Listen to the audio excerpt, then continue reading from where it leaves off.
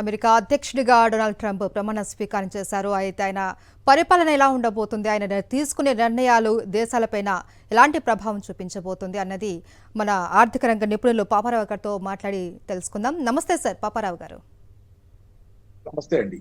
Sir, మనం చూసాము తొలి ప్రసంగంలోనే ట్రంప్ చాలా మాట్లాడారు. ఫస్ట్ అమెరికానీస్ అన్నారు. ఇది సాధారణంగా ఏ దేశానికి సంబంధించి వాళ్ళు మాట్లాడేదే, కానీ అక్రమ వలసదారుల గురించి ఆయన చాలా కామెంట్స్ చేశారు. ఆయన తొలి ప్రసంగం పైన మీ కామెంట్ ఏంటి? అంటే మీరన్న మొదటి మాట తీసుకుంటే మేకింగ్ అమెరికా గ్రేట్ అగైన్ అనేది మళ్ళీ గొప్పదిగా చేస్తాను ఈ దేశాన్ని, మళ్ళీ ఈ దేశం ప్రపంచంలో నెంబర్ 1 దేశంగా చేస్తామని దాని సారాంశం. అంటే ఇప్పుడు కాదనేది కూడా దాని అర్థం. ప్రస్తుతం దాని స్థానం అది కాదు కాబట్టి పాత చరిత్రను మళ్ళీ తిరిగి తెస్తామని, తాతలు నేతులు తాగిన చరిత్రను మళ్ళీ తెస్తామనేది ఇప్పుడు చెప్తున్న దానికి అర్థం. కాబట్టి ఇప్పుడు love it is not great అనేది ఆయనే ఎడ్మిట్ చేస్తున్నాడు. రెండోది ఏంటంటే ఇప్పుడు మీరు చెప్పిన దీనిలో ఇందాక ట్రంప్ మాట్లాడిన దానిలో ఒక మాట ఉంది, from now on our nation will be respected by the countries around the world అని. ప్రపంచంలో ఉన్న దేశాలు మనల్ని ఇక్కడి నుంచి రెస్పెక్ట్ చేస్తాయని. కానీ ఇది నిజం కాదు, రెస్పెక్ట్ చేయటం కాదు, భయపడుతున్నాయి. ట్రంప్ అధ్యక్షుడు అవుతున్నాడంటే, అమెరికా అధ్యక్షుడు అవుతున్నాడంటే చాలా దేశాలు భయపడుతున్నాయి. యుద్ధాల గురించిన భయం కాదు అది. ఇది చేసే వ్యాపార టారిఫ్లు ఇట్లాంటివన్నీ పెట్టడం వల్ల ప్రపంచవ్యాప్తంగా చాలా ఎగుమతులు చేసుకునే దేశాలు. ఎందుకంటే అమెరికా మేజర్ కన్జ్యూమర్, ప్రపంచంలో మేజర్ కన్జ్యూమర్. అమెరికా ఒక కన్జ్యూమరు, యూరోపియన్ యూనియన్ దేశాలు అవన్నీ కలిపి ఒక బ్లాక్ అయ్యి ఒక మేజర్ కన్జ్యూమర్స్. జపాన్ ఇంకో పక్క, లేకపోతే ధనిక దేశం, ఈ పక్కన ఉన్న ధనిక దేశం అని.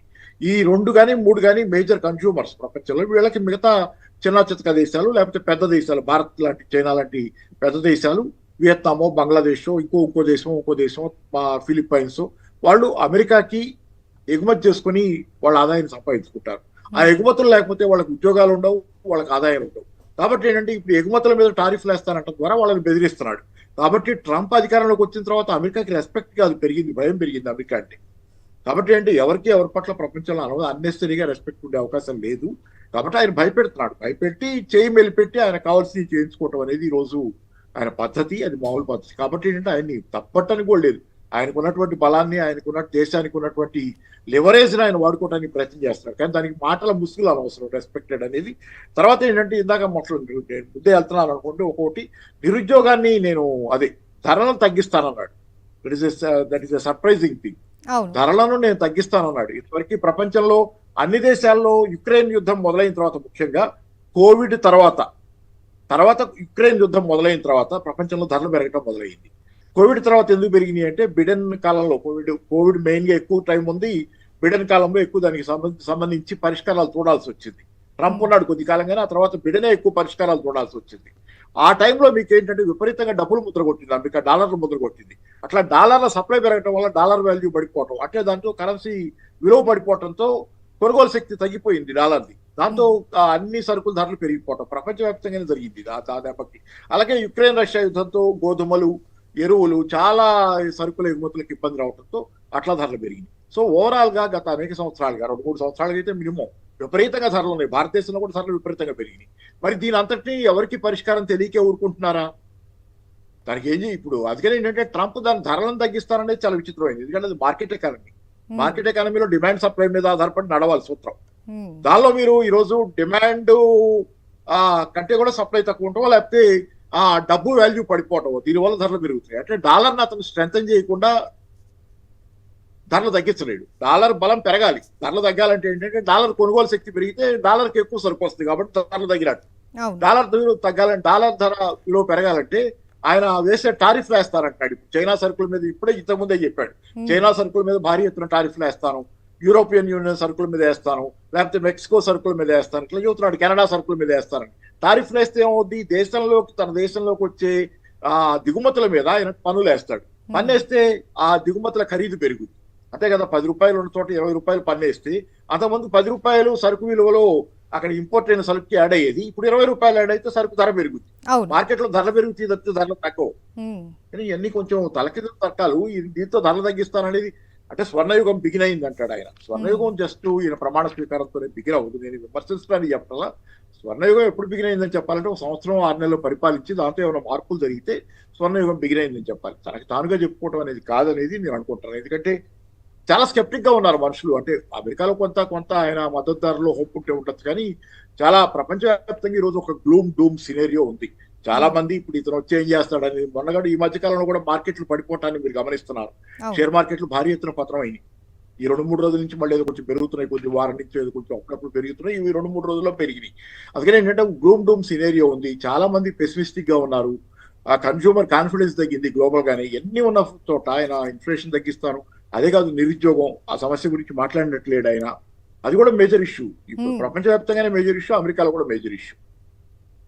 అయితే మీరు చెప్తున్న దాని ప్రకారం చూస్తే అమెరికాకి ఎంతవరకు సానుకూలంగా ఉంటుందనేది పక్కన పెడితే ఇతర దేశాలకు మాత్రం కాస్త ఆలోచించదగ్గ విషయమే ఇది. ముఖ్యంగా మనకు భారత్ విషయంలో ట్రంప్ వైఖరి ఎలా ఉండబోతుందంటారు? అండ్ వీసా రూల్స్ మళ్ళీ కఠినతరం చేసే అవకాశాలు ఏమైనా ఉన్నాయంటారా సార్?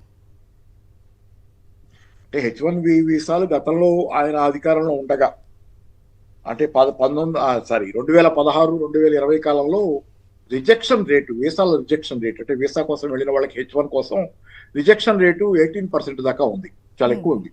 తర్వాత బిడెన్ వచ్చిన తర్వాత అది 3.2% ఏదో తగ్గింది. అంటే రిజెక్షన్ తగ్గింది, యాక్సెప్టెన్స్ పెరిగింది, వీసాలు ఇవ్వటం పెరిగింది, తిరస్కరించడం తగ్గింది. ట్రంప్ ఉండగా వీసాల రిజెక్షన్ ఎక్కువ ఉంది. అదొక మెథడ్ లాగా, అంటే దాన్ని ఒక మెథడ్ లాగా చేశారు. అంటే వీసాలు ఇవ్వనని చెప్పకుండా రిజెక్షన్ అనేది ఆ కౌంటర్ లో రిజెక్షన్ లాగా జరిగినాయి. కాబట్టి ఏంటంటే ట్రంప్ వస్తున్నాడంటే H1 వీసాలకు భయం ఉంది. ఇది న్యాచురల్ గా ఉండే. అంటే లీగల్ ఇమిగ్రెంట్స్ నేను అడ్డుకోని అంటున్నాడు, కానీ దానికి మరి H1 వీసాలు లీగలే, కానీ ఆయన హయాంలో H1 వీసాలు ఇవ్వటం తగ్గింది. లీగల్ ఇమిగ్రెంట్స్ గురించి ఎవరు కాదనరు, మనం కాదనం, బహుశా మనం కూడా కాదనం. ఎందుకంటే మన దగ్గరికి వచ్చి పడే వాళ్ళని కూడా మనం రావద్దనే కదా కంట్రోల్ చేయం. మన దేశంలోకైనా బయట దేశాల నుంచి చొరబడితే మనం రానివ్వం కదా. సహజంగానే అమెరికా కూడా అది చేయాలనుకుంటుంది. దాని గురించి మనకేం ప్రాబ్లం. కాకపోతే వాళ్ళని ట్రీట్ చేసే పద్ధతి గురించే మనకి ఇల్లీగల్ ఇమిగ్రెంట్స్ అని వాళ్ళని ట్రీట్ చేసే పద్ధతులు, పిల్లల్ని వేరు చేశాడు తల్లిదండ్రుల నుంచి ఆయన హయాంలో జరిగిన వాటిల్లో. ఇవన్నీ చాలా టార్చర్ కదా. చిన్న చిన్న పిల్లల్ని తల్లిదండ్రుల నుంచి వేరు చేసి వేరే చోట పెట్టి వాళ్ళు ఏమవుతారో తెలియకుండా వాళ్ళు దేశంలోకి వచ్చిన వాళ్ళ ఇల్లీగల్ గా వచ్చిన వాళ్ళ పిల్లలు. సో ఇవన్నీ జరిగినాయి. కాబట్టి ఏంటి, అవన్నీ జరగకుండా ఆయన ఇల్లీగల్ ఇమిగ్రేషన్ ని కంట్రోల్ చేయడానికి ఏం చేసుకున్నా దేశం అది దాని ఇష్టం. అయితే రెండోది ఏంటంటే లీగల్ ఇమిగ్రేషన్ ని కంట్రోల్ చేయనంటున్నాడు. లీగల్ ఇమిగ్రేషన్ అసలు అమెరికాయే దేశం ఆఫ్ ఇమిగ్రెంట్స్. ఎవరున్నారు అమెరికా ఒరిజినల్ ఇన్హెబిటెంట్స్ ఎవరు? అక్కడ అమెరికాలో ఒరిజినల్ ఇన్హెబిటెంట్స్ రెడ్ ఇండియన్స్. వీళ్ళంతా తర్వాత వెళ్ళిన వాళ్ళు, ఇంగ్లాండ్ నుంచి వెళ్ళిన వాళ్ళు, లేకపోతే తర్వాత వేరే దేశాల నుంచి పోయిన వాళ్ళు, వీళ్ళంతా తర్వాత రెడ్ ఇండియన్స్ ని అక్కడ నిర్మూలించో ఇంకోటి చేసో యుద్ధాలు చేసే వాళ్ళ మీద అక్కడ వీళ్ళంతా ఏర్పరచుకున్నారు. తర్వాత నిన్న మొన్నటి దాకా కూడా ఏది మన 2008 క్రైసిస్ దాకా, దానికి ముందు కొద్ది కాలం దాకా కూడా అమెరికాలో ఇమిగ్రేషన్ అనేది చాలా సహజం. ప్రతి దేశం నుంచి అమెరికా డ్రీమ్, అందరికి అమెరికన్ డ్రీమ్ అనేది ఒకటి చెప్తుండే వాళ్ళు. ప్రతి దేశంలో ఉన్న చదువుకున్న వాళ్ళకు లేకపోతే అవకాశాలు ఎత్తుకుంటున్న వాళ్ళకు అమెరికా ఒక హోప్ గా ఉండేది. అది మామూలు. అది అమెరికా. వీళ్ళంతా ఎవరైనా వీళ్ళందరి మూలాలు చూస్తే ప్రతి వాళ్ళు ఎక్కడి నుంచి వచ్చారో అందరి గురించి చెప్పొచ్చు. అమెరికాలో ఎలన్ మస్క్, ఆయన పక్కన ఉన్న ఎలన్ మస్క్ ఎక్కడి నుంచి వచ్చాడు? సౌత్ ఆఫ్రికా నుంచి వచ్చాడు. చాలా మంది ఆయన పక్కన ఉన్న ఇండియన్స్ వాళ్ళ మూలాలు ఇండియాలో ఉన్నాయి. ఏ రోజు వెళ్ళారు అనేది పక్కన పెడితే మూలాలు కూడా చెప్పచ్చు. పలానా సంవత్సరంలో వీళ్ళ ఫాదర్ గ్రాండ్ ఫాదర్ వెళ్ళారు ఇట్లా అనేది. కాబట్టి America is a country of immigrants. ఇప్పుడు ఈ రోజు ఏంటంటే వాళ్ళకి అవసరం లేదు. రెండోది ఏంటంటే వాళ్ళకే ఉద్యోగాలు కొరత వచ్చింది, ఇబ్బంది వచ్చింది. కాబట్టి అక్కడ ప్రజల్లో ఆగ్రహం ఉంది ఇమిగ్రెంట్స్ పట్ల, కొత్తగా వచ్చే ఇమిగ్రెంట్స్ పట్ల. అది ఆశ్చర్యకరమైన విషయం ఏంటంటే భారతీయుల్లో పోయి అక్కడ సెటిల్ అయిన వాళ్ళు కూడా, మన దేశం వాళ్ళు కూడా బాగా సెటిల్ అయిన వాళ్ళు అమెరికాలో ఇమిగ్రెంట్స్ వద్దంటున్నారు. అంటే బస్సులో ముందు ఎక్కిన వాడు కొత్తగా ఎవడెక్కద్దు అని చెప్పినట్టు ఉంటుంది. బస్సులో ఎక్కుతారు, ఎక్కిన తర్వాత ఇంకెందుకు పోనీ అంటాడు. అంటే ఎవరైనా ఎక్కితే నాకు అడ్డగా నుంచుంటాడు, నా పక్కన ఆరుకుంటాడు, నుంచుంటాడు, ఇబ్బంది అవుద్ది నాకు ఎందుకని. ఇట్లాగే ఉంటుంది అది బస్సు. అంటే మన అవసరం తీరిపోయిన తర్వాత మనం కాదంటాం, కానీ వెళ్ళేవాడికి ఎలా ఉంటుంది? నేను కూడా ఎలాగైనా దానిలో బతకటం కోసం అక్కడ దారి చూసుకోవాలి.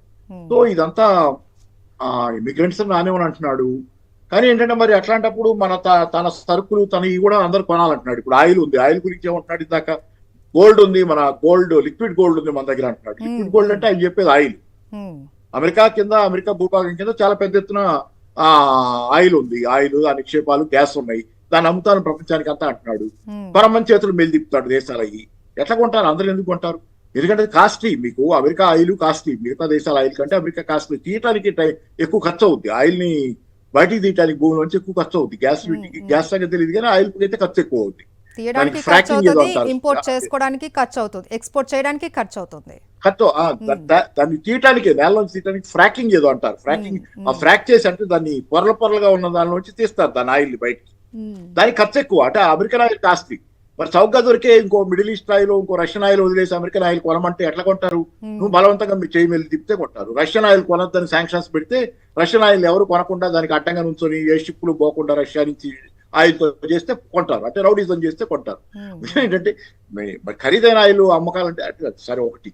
రెండోది ఇట్లాంటివన్నీ చాలా ఉన్నాయి. ఎందుకంటే ఆయన ఈజీగా అది చీపర్ ఆయిల్ అవైలబిలిటీ ఈజీగా తీయగలిగితే తక్కువ ఖర్చులో. ఎందుకంటే మీకు జరిగేది ఏంటంటే ఆయిల్ రేట్ పడిపోయిన కొద్దీ అంతర్జాతీయ మార్కెట్ లో ఆయిల్ రేట్ బాగా పడిపోయినప్పుడు అమెరికాలో ఆ ఫ్రాకింగ్ ఇది ఆగిపోద్ది. అంటే ఆయిల్ తీయటం ఆగిపోద్ది గనుల్లోంచి. సార్ ఫైనల్ ఒక క్వశ్చన్ సార్ పాపారావు గారు, ఉక్రెయిన్ వార్ ఆపేస్తామనేసి ట్రంప్ చెప్తూ ఉన్నారు. అయితే పుతిన్ ని ఎలా హ్యాండిల్ చేయబోతున్నారంటారు? మరి ఇది ఎంతవరకు సాధ్యం అంటారు?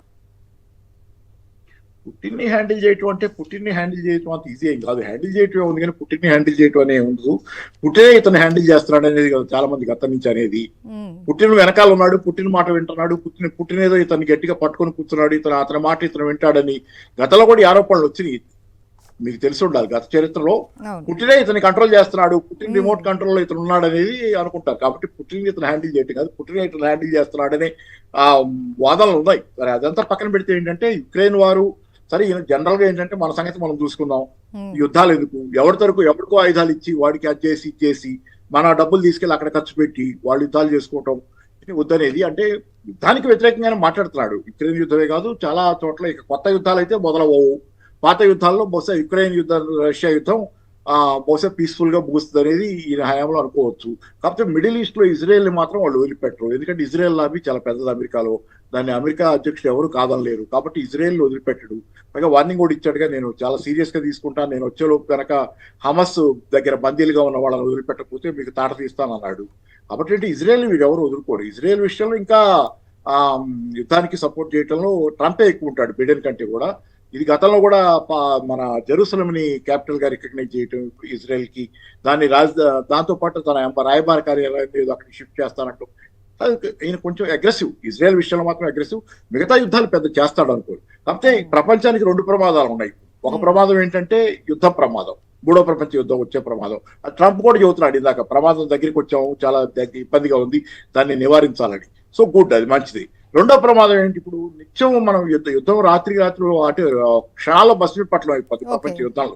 కానీ ఈ రోజు నెమ్మదిగా పెరుగుతున్నటువంటి వాతావరణ కాలుష్యంలో మన గ్లోబల్ వార్మింగ్ ఎలా పెరుగుతుంది, మన టెంపరేచర్స్ మనం చూస్తున్నాం కదా ఇండియాలో. గత 10 సంవత్సరాలుగా ఇండియన్ టెంపరేచర్స్ మన ఎండాకాలం శీతాకాలం అన్ని కాలాల్లో వేడి ఎక్కువ ఉంటుంది. ఎండాకాలం అయితే భరించలేనటువంటి వేడి వస్తుంది. గ్లోబల్ వార్మింగ్ జరుగుతుంది, భూమి ఎప్పుడు ఏమవుద్దో తెలియనటువంటి పరిస్థితి వస్తుంది. కాబట్టి యుద్ధంతో పాటు మరో ప్రమాదం ఎన్విరాన్మెంటల్ పొల్యూషన్. కానీ ఈయన ఎన్విరాన్మెంటల్ పొల్యూషన్ అసలు లేనే లేదా, అది అబద్ధం అన్నట్లు మాట్లాడే మనుషుల్లో ట్రంప్ కూడా ఒకడు. అందుకే ప్యారిస్ కన్వెన్షన్ నుంచి విత్డ్రా అయిపోయాడు, పర్యావరణ ఒప్పందం నుంచి విత్డ్రా అయిపోయాడు. అలాగే ఆయిల్ తవ్వాలంటాడు. ఆయిల్ వల్ల కాలుష్యం జరుగుతుంది అనేది గమనించకుండా ఆయిల్ లాబీ ఇతను వెనక్కుంది. ఆయిల్ లాబీ ఉంది కాబట్టి వాళ్ళతో ఇతను అనుకూలంగా ఉంటాడు. మామూలుగా బిడెన్ వీళ్ళేమో కొంత ఈ మన సోలార్ ఎనర్జీ ఇట్లాంటివి కావాలి, ప్రత్యామ్నాయ ఇంధన వనరులు అనేది అతను వాళ్ళ ధోరణి. Right sir. అయితే మొత్తానికి ట్రంప్ పరిపాలన గతంలో ఆల్రెడీ ఒకసారి పరిపాలన విధానంలో తను తీసుకునే నిర్ణయాలు ఎలా ఉన్నాయి, ఇప్పుడు అధ్యక్షునిగా మారిన తర్వాత ఆయన తీసుకునే నిర్ణయాలలో ఎలాంటి మార్పులు వస్తాయనేది ఇంకా ముందు మనకు తెలుస్తుంది. ఏదేమైనా అమెరికా ఫస్ట్ అనే నినాదంతో తన తొలి ప్రసంగంలోనే అందరిలోనూ ఒక ఆలోచన అయితే రేకెత్తించారు ట్రంప్. ఇది వాళ్ళ special chit chat. Stay tuned to Sakshi.